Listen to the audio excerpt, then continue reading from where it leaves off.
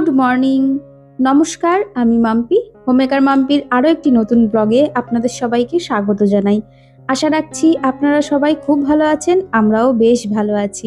তো আবারও চলে এসেছি নতুন একটা ভিডিও নিয়ে। আশা রাখছি ভিডিওটি আপনাদের খুব ভালো লাগবে।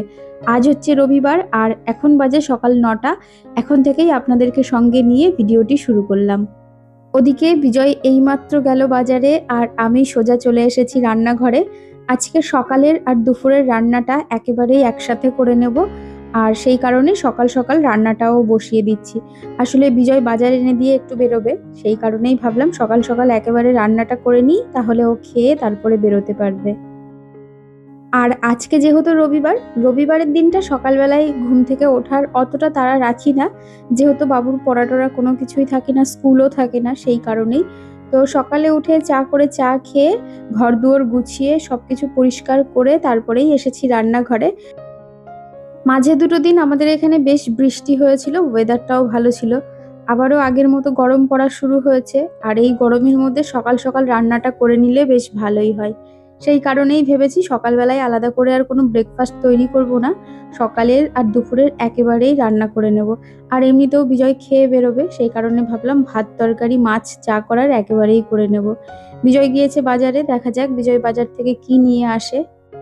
আর ওদিকে ফ্রিজে বেশ সবজি রয়েছে, তবে বিজয়কে সবজি তেমন একটা আনতে বারণই করেছি, কারণ যেহেতু সবজি রয়েছে।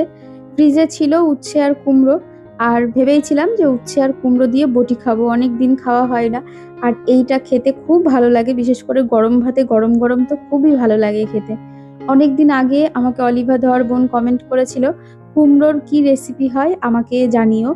তো মিষ্টি কুমড়োর সত্যি কথা বলতে যে কোনো তরকারিতে দিলেই সেই তরকারির টেস্ট বেড়ে যায়।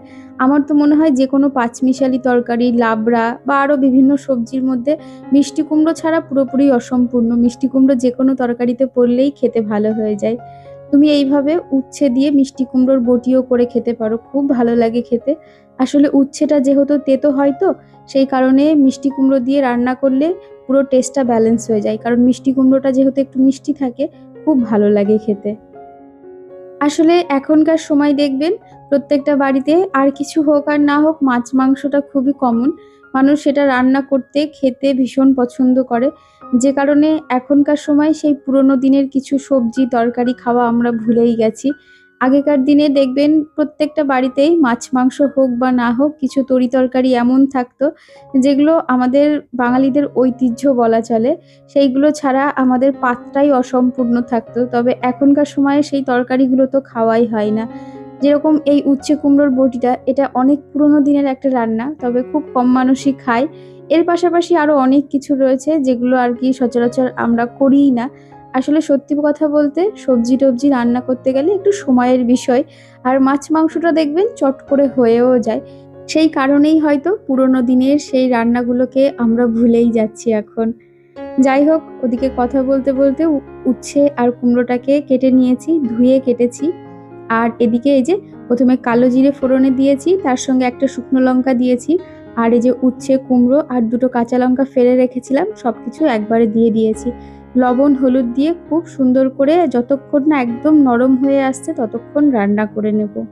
যাই হোক, আপনাদেরকে বলে দিই, অনেকেই উচ্ছের দানা খেতে পছন্দ করেন না, সেই ক্ষেত্রে আপনারা উচ্ছেটা কাটার সময় দানাটা ফেলে দিতে পারেন।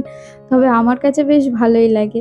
আপনারা শুনলে হয়তো একটু অবাকই হবেন, আমার কাছে না ওই যেগুলো কচি পটল হয়, যেগুলোর দানা শক্ত হয় না, সেই পটলের থেকেও যে পটলগুলোর দানাগুলো একটু পোক্ত হয়ে যায় বা শক্ত হয়ে যায়, সেইগুলো খেতে বেশি ভালো লাগে। এদিকে উচ্ছে আর কুমড়োর বটিটা হয়ে গেছে, নামিয়ে নেব। ওদিকে বিজয় বাজার থেকে চলে এসেছিল, আর ভাত আর তরকারিটা নামিয়ে আমি মাছ ধুয়ে মাছের মশলা রেডি করে আলু কেটে সমস্ত কিছু গুছিয়ে নিয়েছি। চলুন এবার ঝটপট করে মাছটা রান্না করে নিই।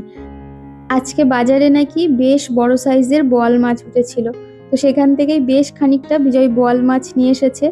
আর এই যে মশলা, আলু, পেঁয়াজ, গোটা গরম মশলা, তেজপাতা সমস্ত কিছু গুছিয়ে রেডি করে নিয়েছি। অর্ধেকটার বেশিটাই আজকে রান্না করব, আর বেশ কিছুটা আমি রেখে দিচ্ছি, কারণ এত মাছ একদিনে রান্না করব না, অনেকটা মাছ রয়েছে। তো চলুন কিছুটা মাছ ফ্রিজে রেখে আসি, অন্যদিন খেয়ে নেওয়া যাবে। আর আজকে বাকিটা রান্না করব। আসলে বিজয় বোয়াল, রিঠে এই ধরনের মাছ খেতে খুব ভালোবাসে। ও এমনিতেই যে কোনো মাছ খেতেই খুব ভালোবাসে। তবে সত্যি কথা বলতে আমার মাছে ভীষণ বাজ বলে ও সেরকমভাবে মাছ নিয়ে আসে না। তো আমি বিজয়কে বলেইছিলাম যে, "তোমার যে মাছটা খেতে ইচ্ছা করে সেটা তুমি নিয়ে আসবে, আমি রান্না করে দেবো, কোনো ব্যাপার না।" যদিও করেও দিই। আর বিজয় অনেকদিন থেকেই বলছিল বোয়াল মাছ খেতে ইচ্ছা করছে। আমি ওকে বলেছিলাম এনে দিও। তবে আমি যেহেতু সব রকম মাছ খাই না, সেই কারণেই ও আনতেও চায় না। যে মাছটা সবাই খায় সেই মাছটাই বেশিরভাগ সময় নিয়ে আসে। তবে বোয়াল মাছটা খুব খারাপ লাগে না। আসলে খুব ছোটবেলাতে যখন ৯-১০ বছর বয়স ছিল আমার, তখন আমার পায়ে বেশ পরিমাণে একটা ইনফেকশন মতো হয়েছিল। অনেক ডক্টর দেখানোর পরে, ব্লাড টেস্ট করানোর পরে তারপরে সেটা সেরেছিল। আর ডক্টর তখন আমাকে বলেছিল হাঁসের ডিম, চিংড়ি মাছ, বোয়াল মাছ এগুলো খেতে বারণ করেছিল। তবে হাঁসের ডিম, চিংড়ি মাছ যাও বা খাই, বোয়াল মাছটা একেবারেই খেতাম না। তো সেই কারণেই বিজয়কে বলেছিলাম যে, "নিয়ে এসো, অবশ্যই খাবো।" সবকিছুই তো এখন খায়। সেই ছোটবেলায় কবে কি হয়েছিল এখন তো সেই জিনিসটা নাও থাকতে পারে। তো সেই কারণেই বিজয়কে বলেছিলাম, তাই ও আজকে ভালো বোয়াল মাছ পেয়ে সেই কারণেই নিয়ে এসেছিল। যাই হোক, এদিকে মাছগুলোকেও খুব ভালোভাবে লাল, লাল করে ভেজে নিচ্ছি। আর বোয়াল মাছ ভীষণ ফাটে, সেই কারণেই ঢাকা দিয়েই মাছগুলো ভাজছি। আর আজকে বোয়াল মাছের কালিয়া রান্না করব। একদম কষা, কষা করে লাল, লাল করে খুব সুন্দরভাবে করব। এদিকে মাছগুলোকে লবণ হলুদ দিয়ে খুব ভালোভাবে ভেজে নিয়েছি। তারপরে গোটা গরম মসলা, তেজপাতা ফোড়ন দিয়ে আলু আর পেঁয়াজটাকে একসঙ্গেই ভেজে নেব। বেশ ভালো করে লাল লাল করে ভেজে নেব। আমার গত ভিডিওতে রিয়া মিত্র বোন কমেন্ট করেছে, "গতকাল মনটা খুব খারাপ ছিল। তুমি ভিডিও দাওনি আর তোমার ভিডিও সবসময় ভালো লাগে। আজকেও খুব সুন্দর ভিডিও হয়েছে। Thank you so much dear." আসলে মাঝে দুটো দিন শরীরটা একটু খারাপ ছিল। তার পাশাপাশি সত্যি বলতে প্রতিদিন ভিডিও দেওয়াটা একটু চাপেরই হয়ে যাচ্ছিল। তাই দুটো দিন একটু রেস্ট নিয়েছি।